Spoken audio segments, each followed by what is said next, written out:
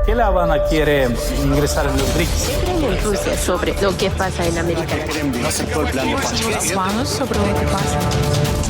De Moscú a La Habana, tan parecidos como peculiares. Una coproducción de Cuba Debate y Sputnik que te acerca de primera mano la perspectiva cubana, rusa y multipolar sobre lo que pasa en el mundo. Sean todos bienvenidos a nuestro podcast de Moscú a La Habana, una colaboración entre Cuba Debate y Sputnik que pretende acercarnos a los temas que están en agenda en los medios de prensa. Mi nombre es Claudia Fonseca, les saludo desde La Habana, y desde Moscú, Oleg Leonov Armas. Un saludo, Oleg. Un saludo, Claudio, un gusto verte de nuevo. Y aquí, como siempre digo, desde la capital rusa estamos dispuestos a analizar todos los temas que les sean de interés y a nuestro público, siempre desde una perspectiva de cómo se ven desde Moscú y de Rusia en general. De Moscú a La Habana, entérate de primera mano sobre lo que verdaderamente opinan los rusos. En el primer tema de nuestro podcast hoy hablaremos sobre los rumores, o sea, el escándalo que se ha desatado nuevamente sobre un tema que ya es un tema un poquito viejo. Me refiero a que es un tema que viene incluso desde el periodo de elecciones presidenciales en Estados Unidos 2016, cuando intentaron implicar a Rusia en una supuesta trama fraudulenta para intervenir en el resultado de las elecciones. Ahora vuelve de nuevo este tema con unas acusaciones del presidente Trump al mandatario Barack Obama, acusándolo de que todo formaba parte de un complot para un supuesto golpe de Estado en Estados Unidos, ¿no? Como para influenciar el resultado de las elecciones donde Trump era el contendente con Hillary Clinton. Yo quisiera que me hablaras un poco de este tema, que por supuesto está directamente vinculado con Rusia, que siempre ha dicho que son informaciones falsas, pero bueno, que me expliques un poco cómo se ha visto este tema allá en Moscú. Bueno, me gustaría empezar respondiendo con que la inteligencia estadounidense, al final de muchas investigaciones, no encontró la tan famosa huella rusa, ¿no?, en las elecciones, aunque sí determinó que Trump efectivamente tenía contactos con los rusos, pero que Rusia nunca tuvo la intención de influir, ni los métodos, ni siquiera influir en los resultados de las elecciones. O sea, que estaban buscando por dónde entrarle a Trump, porque en realidad era un complot para castigar a Trump, ¿no?, para que él no ganara las elecciones. Y al fin metieron a Rusia en ese problema, pero al final nunca se encontró esa huella rusa. O sea, que Trump haya mantenido contactos con oficiales y gente de negocios de Rusia no es castigable, eso no viola ninguna ley. Cualquier comerciante que tenga negocio en Rusia, y más un magnate multimillonario como Trump, que seguramente algún contacto habrá tenido, tiene contactos con gente de negocios de Rusia. Eso no es castigable para nada. Si no, tendríamos que castigar a miles de funcionarios, empezando por Obama mismo, que tuvo contactos con Putin, y Hillary, que tuvo contactos con el ministro de Exteriores ruso. O sea, castigarlos por eso no implica nada, ¿no? Pero bueno, ahora volviendo al tema más actual, ahora resulta que como cambió la administración en Estados Unidos, en Washington, pues cambió en 180 grados totalmente la retórica de la administración actual, y entonces ahora vemos como la jefa de la inteligencia de Estados Unidos, ¿no?, de la comunidad de inteligencia, Tulsi Gabbard, saca un informe diciendo de que la administración Obama en su tiempo creó esta trama intencionalmente implicando a Rusia con el objetivo efectivamente de influir en las elecciones, que todo desde el principio era un complot de la administración Obama. Y entonces, ¿cómo lo vemos en Rusia? Pues con calma, la verdad, porque acá en Rusia siempre se habló, por lo menos de los medios oficiales, que Rusia jamás tuvo la intención de influir en esas elecciones, porque además también, ahora voy a pasar un poco a la parte técnica. Hay que entender que el sistema electoral de Estados Unidos es descentralizado, o sea, no hay un servidor en el que un hacker pueda entrar y cambiar los resultados de las elecciones, porque cada estado realiza sus elecciones siguiendo sus propias leyes. En algunos estados, por ejemplo, los migrantes tienen derecho al voto, otros no. En algunos estados cambia la edad, ¿no?, en la que los estadounidenses pueden votar. En algunos te piden pasaporte para poder votar, ¿no?, algún documento de identificación para poder votar, en otros no. Entonces, esas reglas de elecciones en Estados Unidos cambian de estado en estado. Entonces, para una semejante campaña, digamos, de que Rusia quiera influir en esas elecciones, Lo que tendría que hacer sería hackear 50 estados diferentes, que cada uno tiene sus reglas, cada uno tiene sus servidores. En algunos estados incluso la votación se hace de forma electrónica, en otros no. Entonces siempre es muy descentralizado, ¿no?, el sistema electoral estadounidense. ¿Por qué explico esto? Para que nuestros espectadores entiendan la complejidad, ¿no?, de tal campaña imaginaria en la que Rusia tendría que involucrarse para poder efectivamente alterar, ¿no?, los resultados electorales en Estados Unidos.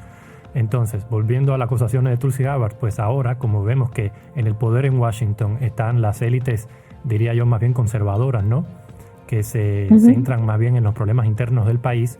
Entonces ahora están atacando, usando todo el sistema de inteligencia y la justicia estadounidense para atacar a sus contrincantes del partido más globalista, ¿no?, del Partido Demócrata, que es más globalista. Y entonces, ¿qué demuestra esto? ¿Qué le demuestra esto a Rusia? Que estamos viendo cómo en Estados Unidos se está utilizando de lo que precisamente Estados Unidos acusa a otros países, ¿no?, de utilizar la justicia como instrumento de combate político dentro del país. Pero como siempre decimos aquí, siempre decimos una y otra vez, de lo que Estados Unidos acusa a hacer otros países, ellos mismos lo hacen, pero eso nadie lo ve y nadie lo critica. Sí, se está comentando incluso que Obama sería el primer exmandatario en ser interpelado por el Congreso. O sea, desde hace 40 años no sucede esto. Tiene que ver con toda esa disputa, ¿no?, que siempre, aunque se sabe que es un mismo sistema de Estados Unidos, que hay varios o sea, los dos partidos, pero es un mismo sistema, es un status quo que tratan de mantener.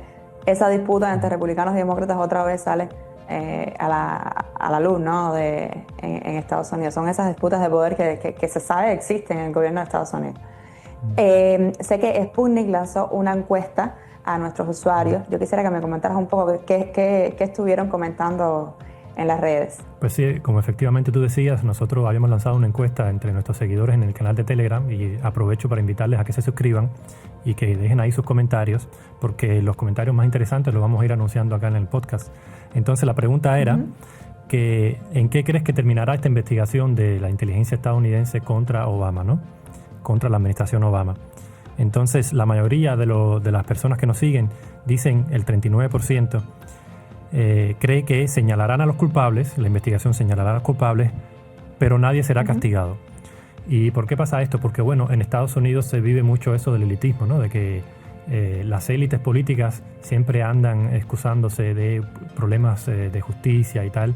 Entonces, incluso cuando vimos que desde el Partido Demócrata intentaban una y otra vez, porque fueron repetidas veces, que intentaban enjuiciar, ¿no?, a Trump, incluso durante su campaña presidencial, para que justamente no llegara al poder, eso al final terminó en nada, porque al final Trump pagó todas las deudas que tenía que pagar, y entonces no hubo un proceso de justicia contra Trump específicamente. Y yo creo que esto ya es mi visión personal, que termine lo que termine la investigación esa, porque todavía está en curso. No creo que Obama en persona, o Hillary Clinton, o alguien de alto rango del Partido Demócrata sea enjuiciado por eso, porque las élites políticas, pese a que hablan mucho en Estados Unidos, siempre se cuidan unos a otros, ¿no?, indiferentemente de qué partido sean, porque siempre va a terminar en que si tú me enjuicias a mí, después el que viene después de mí te va a enjuiciar a ti. Entonces yo personalmente creo que esto va a terminar en nada, y conmigo precisamente coinciden el 37% de nuestros seguidores en Telegram, que creen que esta investigación la cerrarán por presiones políticas. Entonces a la larga yo creo que no va a terminar en nada y que van a cerrar el tema. Personalmente también creo que este tema surgió precisamente ahora, justo cuando vemos que desde el Partido Republicano están también tratando de minimizar las consecuencias, ¿no?, de otro escándalo que involucra a Trump con aquella lista de Epstein, ¿no?, que Musk tanto quiere que se publique, y que Trump al principio dijo que la iba a publicar, pero después se echó para atrás y dijo que no la va a publicar, porque parece que la leyó y vio su nombre por ahí y vio las pruebas, y entonces ahora lo que están haciendo es, desde la administración Trump, es como una cortina de humo. Vamos a lanzar esto, vamos a volver a destapar eso, que va a dar bastante de qué hablar en los medios, a nivel social también en Estados Unidos, y entonces vamos a bajarle un poco las miradas sobre este tema que no nos conviene. En la lista de Epstein no nos conviene. Sí, totalmente. Es como siempre se usan las campañas de información. A ver, nosotros como trabajadores de los medios de información siempre estamos acostumbrados a ver estas cosas. Claro. Pero para una persona que no esté dentro de todo este siempre proceso de cómo se crea la información y cómo se lanza y cómo se expande, quizás no le quede claro que estos motivos informativos se lanzan en un momento específico, especialmente con alguna intención. En este caso, la intención, como la vemos, sería desviar la atención del público de un escándalo que involucra a Trump y darle como un pase, ¿no?, al Partido Demócrata. Miren lo que nosotros tenemos contra ustedes, así que quédense tranquilitos con ese tema, porque si no, nosotros también vamos a desarrollar este. Y puede ser también, o sea, este tipo de temas también salen mucho en las campañas electorales, que es precisamente cuando surge por primera vez esta denuncia, ¿no?, contra... O sea, este tema que surge en el proceso precisamente electoral del 2016, cuando no se quería, ¿no? O sea, siempre se apostaba por Hillary como vencedora en las elecciones. Sí, totalmente. Y precisamente aquí también vemos otro conflicto interno que tiene dentro de Estados Unidos. Es que las elecciones, sobre todo a nivel federal, presidenciales, ¿no?, y del Congreso, en Estados Unidos son bastante elitistas. O sea, ese cuento de que cualquier persona libre en Estados Unidos puede hacerse presidente es un cuento para otras personas, ¿okay? Cualquier persona que esté dentro del proceso electoral estadounidense entiende que primero, para tú volverte presidente, tú tienes que recaudar millones de dólares para una campaña presidencial federal. ¿Y quién aporta esos millones de dólares? Pues los oligarcas, los grandes tenedores y magnates del poder económico de Estados Unidos son los que lo aportan. Entonces, si tú recaudas dinero de millonarios y magnates estadounidenses, tú después a la larga tienes que defender sus intereses porque ellos son los que pagaron tu campaña, o si no, en las próximas elecciones no te la van a pagar. Entonces, ¿a qué viene todo esto? Esta explicación, a que vimos precisamente en las elecciones del 2016 un conflicto interno dentro de las élites políticas, económicas de Estados Unidos, que en su mayoría apoyaron a Hillary, mientras que Trump, siendo magnate, siendo miembro de esas propias élites económicas de Estados Unidos, apostó más por el voto popular, ¿no? Entonces vimos también como todos los medios, otro cuento que te dicen que en Estados Unidos todos los medios de información son independientes. ¿Independientes de quién? Bueno, del Estado sí, pero independientes del dueño no son. Entonces vimos como todos esos medios, New York Times, CNN, a veces apostaban por Hillary. Yo incluso me sorprendía, porque yo incluso en aquella época estaba dando mis primeros pasos como periodista, ¿no? Entonces yo me sorprendía muchísimo cómo yo veía en la portada de New York Times, en la portada misma, como primer material, un material que decía: ¿por qué tú tienes que elegir a Hillary Clinton? O sea, eso es la famosa imparcialidad de los medios de información que tiene Estados Unidos. Y yo en aquel momento, dando mis primeros pasos como periodista, decía, pero esto no fue lo que me contaron a mí de la prensa libre, del mundo libre y democrático de Estados Unidos. Entonces ya por ahí tú vas viendo lo mismo que siempre hablamos acá, la doble moral, ¿no?, esa que juega la prensa, que no por gusto le llaman la prensa el cuarto poder. Pero el cuarto poder, ¿a quién sirve? O sea, aquí es lo importante. ¿A quién sirve ese cuarto poder? ¿Al magnate, al poder económico o al pueblo? Estoy segura de que este tema seguirá dando de qué hablar, precisamente porque es un mecanismo que tienen en Estados Unidos de volver a retomar temas viejos cuando no son convenientes y volver a de alguna manera manipular, ¿no?, la opinión pública respecto a lo que ellos consideran de mayor interés. Vamos a hacer entonces una pausa y volvamos con nuestro segundo tema del día. Con curiosidad, de Moscú a La Habana, rompiendo los clichés de la propaganda globalista.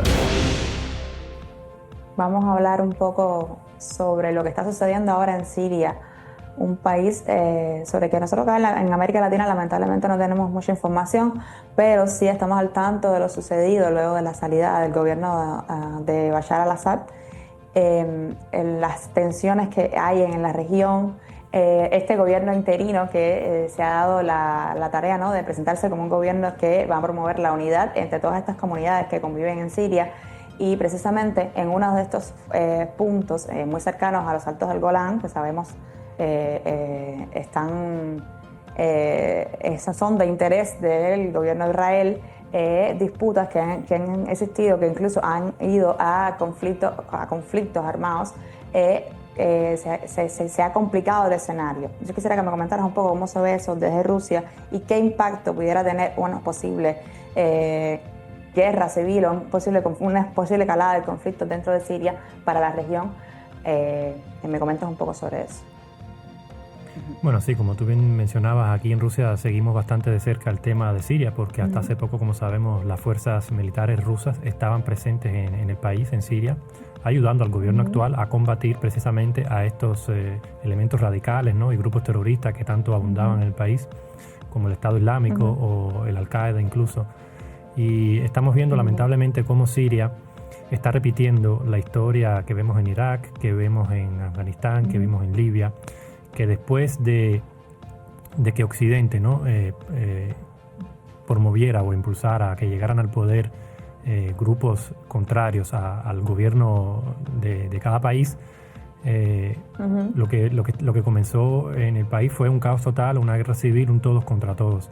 Hay que decir que Siria, aunque es un país bastante homogénico en cuanto a nacionalidad, ¿no? Que la mayor parte del país son árabes, pero religiosamente son muy diferentes entre ellos, porque hay árabes sunitas, que son la mayor parte del país, hay árabes alavitas que viven en la costa del Mediterráneo, hay drusos que, aunque étnicamente son árabes también, pero su religión es bastante diferente a la musulmana y se acerca más a lo que es la religión hebrea, ¿no? Por eso la participación acá de Israel, que los quiere proteger porque los ven a los drusos como sus primos, ¿no? Digamos, religiosos. Entonces por el norte también están los kurdos, que sí son étnicamente diferentes a los árabes y su idioma es diferente al árabe, incluso de una familia diferente. Entonces vemos cómo después, una vez más lamentablemente, vemos cómo después de la caída del gobierno central de un país en Oriente Medio, empieza una revuelta de un todos contra todos y no vemos cómo se terminar, ¿no? esa masacre que se está volviendo ahí lamentablemente. Porque también vemos cómo empezaron, cuando llegó el nuevo poder, ¿no? de Al-Julani a Damasco, cuando lo tomó Damasco, lo primero que hicieron fue atacar a la comunidad de alavitas que viven en la costa del Mediterráneo. ¿Por qué? Porque la familia de Bashar al-Assad, ellos son alavitas. O sea, los alavitas, para que nuestros espectadores tengan un conocimiento general, son árabes, pero que tienen una visión del Islam un poco diferente al Islam tradicional que es en el mundo árabe, ¿no? Que se acerca más al cristianismo. Incluso ellos festejan algunas fiestas cristianas también. Mientras que los drusos son más cercanos a la religión judía, ¿no? Como ya dije, que son la religión que profetan los hebreos en Israel. Entonces por ahí vemos cómo después de que Al-Julani llegó al poder, ellos atacaron a la comunidad alavita y que muchos refugiados alavitas, mucha gente que eran perseguidas en Siria en aquel momento, encontraron refugio en las bases militares rusas que todavía persisten ahí en Siria y que los rusos tuvieron que proteger a esa comunidad. Entonces cuando el gobierno de Al-Julani vio eso, como que se echó un poco para atrás, ¿no? Y dejó de perseguir tanto a los alavitas y cambió su visión un poco más a combatir a los kurdos. Vimos combates entre el nuevo gobierno sirio con los kurdos, pero entonces el nuevo gobierno sirio era apoyado en esos combates por las fuerzas turcas, que también sabemos que tienen un conflicto de larga data con los kurdos. Pero entonces los kurdos son apoyados por Estados Unidos, entonces ahí se mete Estados Unidos y le pone advertencias al nuevo gobierno sirio, les dice que no, que con los kurdos no se metan. Entonces se meten con los drusos, entonces vienen los bombardeos israelíes contra posiciones del nuevo gobierno sirio también, advirtiendo que no presionen mucho a los drusos. Entonces vemos cómo lamentablemente lo que está quedando de Siria, después de la caída del gobierno de Bashar al-Assad, es como dicen acá en Rusia, es una alfombra de colores diferentes, ¿no? Que muy difícilmente ahora puedan unirse, porque todos esos grupos diferentes están siendo apoyados por diferentes potencias detrás, ¿no? Los alavitas están siendo apoyados, o protegidos más bien, por Rusia, los kurdos están siendo protegidos por Estados Unidos, los drusos protegidos por Israel, mientras que el gobierno central nuevo sirio es como un proxy, ¿no? de Turquía. Entonces, la solución, como se ve de acá de Moscú, es como que se reúnan esas cuatro potencias, en realidad, lo que vendría siendo Rusia, Estados Unidos, Siria y Turquía, y se pongan de acuerdo cuál va a ser el futuro de Siria, porque las fuerzas internas dentro del país no van a poder solucionar ese conflicto entre ellos únicamente a la fuerza y realizando masacres. Pero como ya he dicho, aquí las potencias que están detrás de esas fuerzas no van a permitir una masacre de tal magnitud en Siria.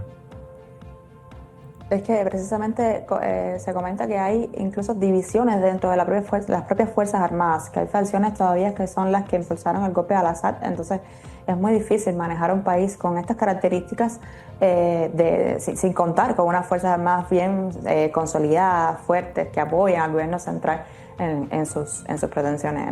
Me parece bastante complicado el escenario para Siria en estos momentos.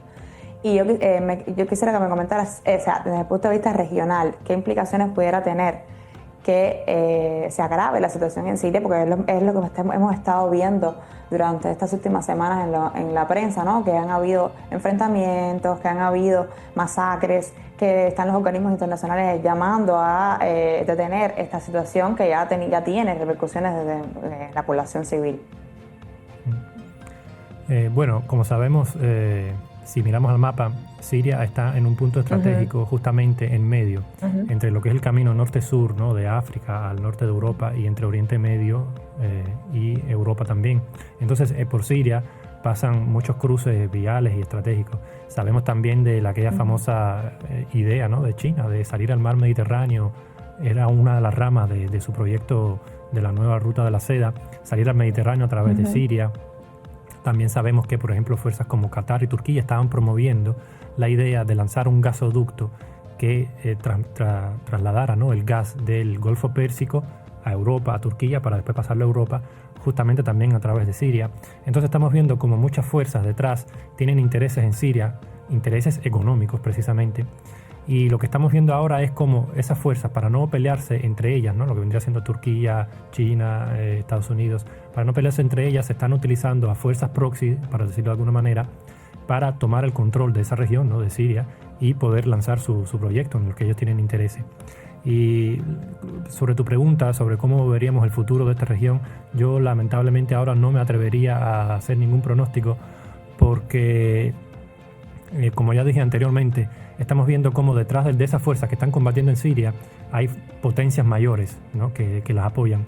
¿Y quién obtendrá la ventaja una sobre otro? Por ahora yo no veo cómo predecirlo. Sabemos que Rusia tiene el plan, al menos, yo hablo por Rusia, ¿no? Rusia tiene el plan de ir paulatinamente saliéndose de Siria, porque todavía hoy Rusia mantiene fuerzas en Siria, porque Siria siempre era un punto estratégico para las fuerzas rusas desplegadas, por ejemplo, en África. Sabemos que en África también hay fuerzas rusas desplegadas por invitación de los países africanos para combatir aquellos grupos extremistas que radican mayoritariamente en la zona del Sahara, ¿no? Sabemos que la Al-Qaeda tiene una presencia bastante fuerte en el Sahel. Entonces, países como Malí o Burkina Faso invitaban también a fuerzas rusas para combatir a esos extremistas. Entonces Siria era un punto de tránsito para las fuerzas rusas de lo que es de Rusia, ¿no? Hacían escala en Siria y pasaban a África. Ahora estamos viendo diferentes proyectos, diferentes alternativas. Rusia está buscando cómo hacer, por ejemplo, escala en Egipto o en Algeria, porque Algeria y Egipto también tiene un historial bastante largo, ¿no? de colaboración con la Unión Soviética y con Rusia en materia militar, en materia de defensa. Y también me gustaría anotar aquí algo importante, que veo que en la prensa occidental se maneja mucho, pero se maneja de una forma un poco tergiversada. Las fuerzas rusas que están presentes en Siria fueron invitadas por el gobierno de Bashar al-Assad, o sea que no son fuerzas de ocupación, que no son fuerzas que invadieron, como también se dice mucho que la Unión Soviética invadió Afganistán. Esto es un error garrafal, porque cualquier persona que estudie la guerra en Afganistán de los años 80, ¿no? De los años 70 y 80, sabrá que las fuerzas rusas entraron en Afganistán por invitación del gobierno afgano de aquel momento, justamente para combatir a los extremistas que en aquel momento eran apoyados mayoritariamente por Estados Unidos y Pakistán. Entonces en Siria pasó más o menos lo mismo. Porque quiero subrayar esto especialmente, porque después, cuando pasen los años, 5 o 10 años, y la historia más o menos del conflicto en Siria se olvide, empezarán a decir que las fuerzas rusas en Siria eran fuerzas de ocupación, que entraron ahí sin invitación ni nada. Y esto es un error, así que no se dejen manipular por eso. Precisamente para esto estamos haciendo estos podcasts, ¿no? Para ir rompiendo esos clichés. Entonces, mirando desde una perspectiva de Moscú, lamentablemente vemos lamentable el futuro del pueblo sirio, valga la redundancia. Y Rusia lo que está buscando ahora son alternativas, cómo salir al continente africano, cómo hacerle poder mover sus fuerzas, ¿no? del territorio ruso a África, a través de otras alternativas. Y también me gustaría ahora aprovechar para mencionar también una parte del conflicto que se está viviendo ahora en Siria. Tiene que ver con ese conflicto eterno que tienen Israel y Turquía. Respecto a Gaza, por ejemplo, sabemos que Israel, ¿no? en Palestina realiza una política bastante agresiva, por decirlo política, porque en verdad podríamos fácilmente decir que es una masacre. Y Turquía siempre ha sido defensor de los musulmanes, ¿no? en aquella región. Por lo menos se muestra, de todos los países musulmanes, Turquía es la que se muestra más en defensa de Palestina y de Gaza específicamente, del pueblo de Gaza y de Palestina. Entonces estamos viendo cómo tanto Turquía como Israel mueven sus fichas, ¿no? en Siria, combatiendo a través de sus fuerzas proxy, ya sean los drusos o los kurdos, o el nuevo poder de Damasco, justamente como un juego de poder entre esas dos potencias regionales. ¿Y quién es el que sufre todas las consecuencias? Pues el pueblo sirio. Lamentablemente se están dejando manipular por fuerzas externas por intereses de otros países que no tienen nada que ver con el pueblo sirio en particular. De Moscú a La Habana, para que conozcas mejor la idiosincrasia rusa.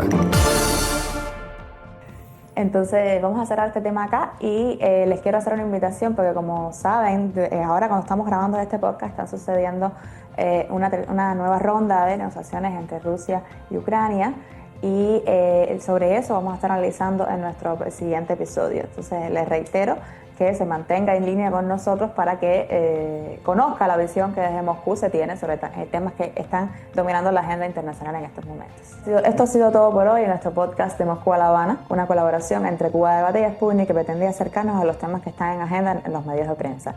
Mi nombre es Claudia y les reitero mi saludo. Le invito a que siga en nuestras redes sociales y nos dejes comentarios sobre los temas que son de interés para usted para abordarlo en próximos programas. Un saludo. De Moscú a La Habana, tan parecidos como peculiares. Una coproducción de Cuba Debate y Sputnik para que tengas una perspectiva más amplia de las noticias que llegan desde todo el planeta.